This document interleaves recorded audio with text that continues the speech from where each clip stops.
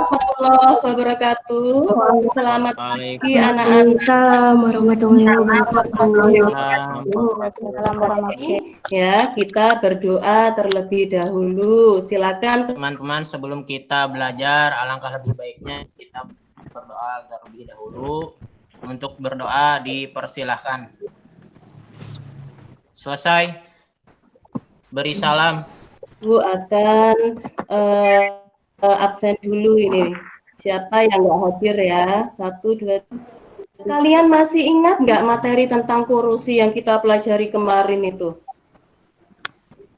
Ingat, Bu. Logam apa yang paling mudah mengalami korosi? Besi, Bu, besi.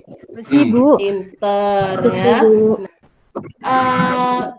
Cara mencegah terjadinya korosi. Ada yang Dicat, masih Bu. ingat cara mencegah terjadinya korosi? Dicat. Ya, selain dicat, apa lagi? Bu, dilapisi logam, Ada lagi? Ibu.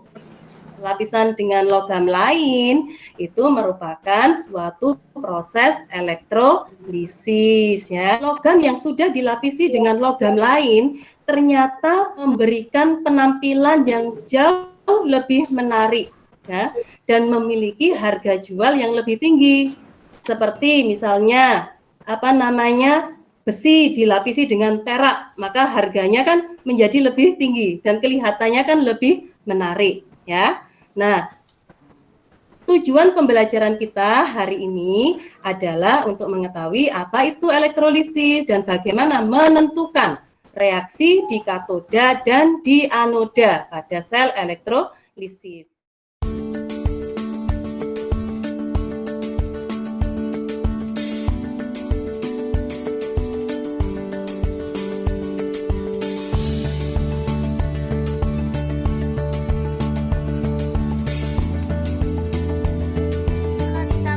Sama indikator PP itu kok berubah jadi warna pink ya, Bu?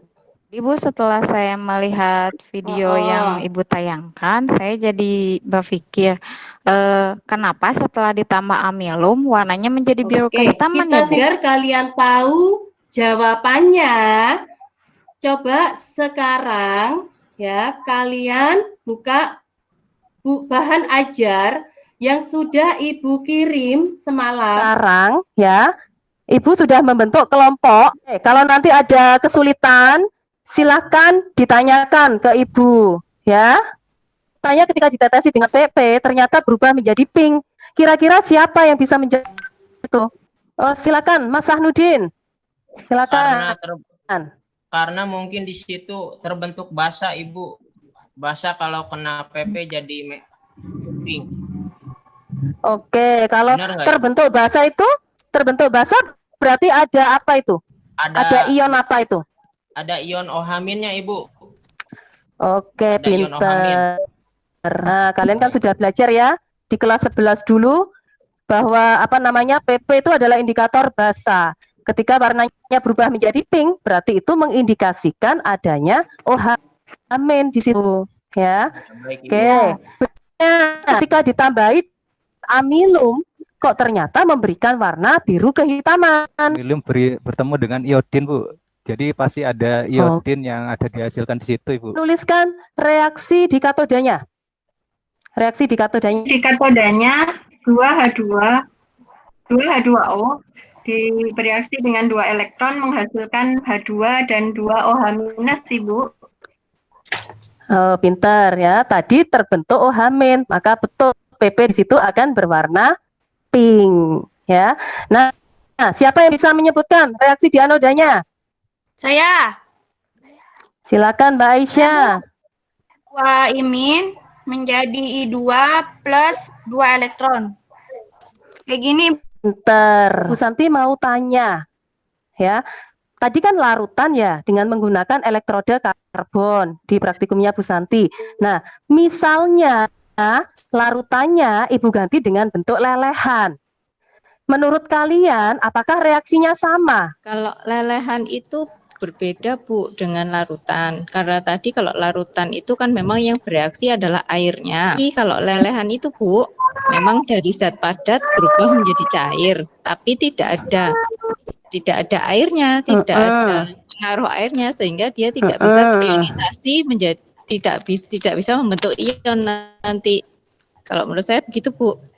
Makanya itu kenapa larutan dan lelehan itu berbeda. Ada lelehan, jadi di katodenya kaliumnya atau K-nya nantinya langsung tereduksi, Bu, menjadi kalium. Kemudian yang I2-nya langsung menjadi gas I2 di anoda.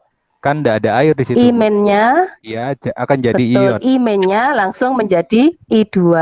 Oke, betul ya. Itu kalau kita menggunakan lelehan ya.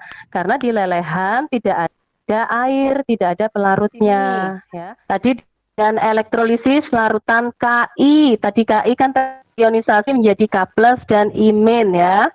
Nah, ini ya, pada larutan, berarti namanya larutan, berarti terdiri dari terlarut dan pelarut.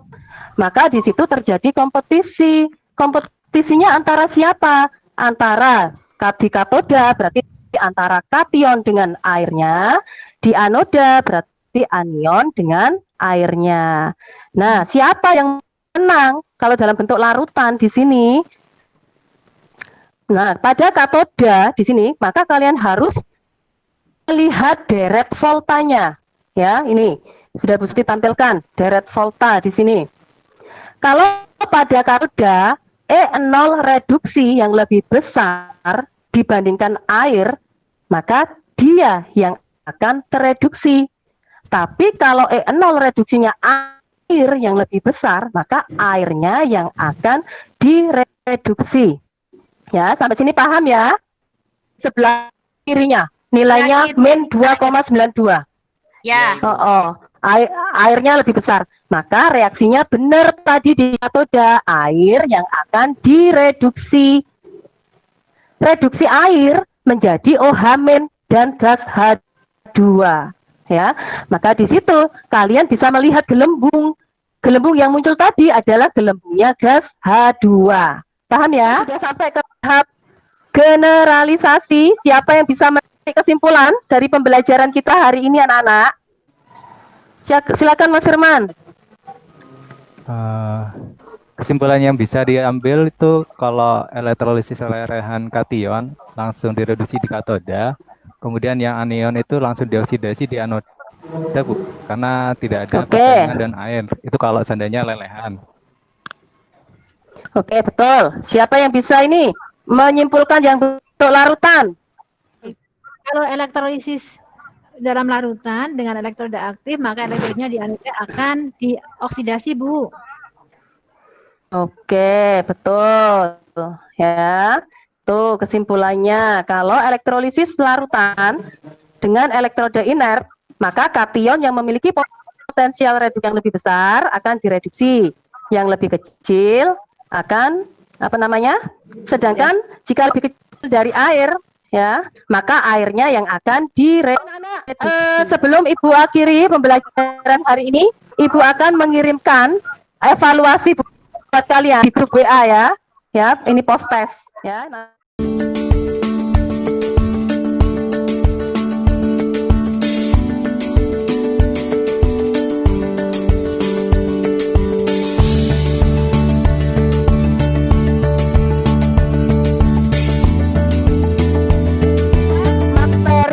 Materi berikutnya kita belajar mengenai hukum Faraday 1 dan 2.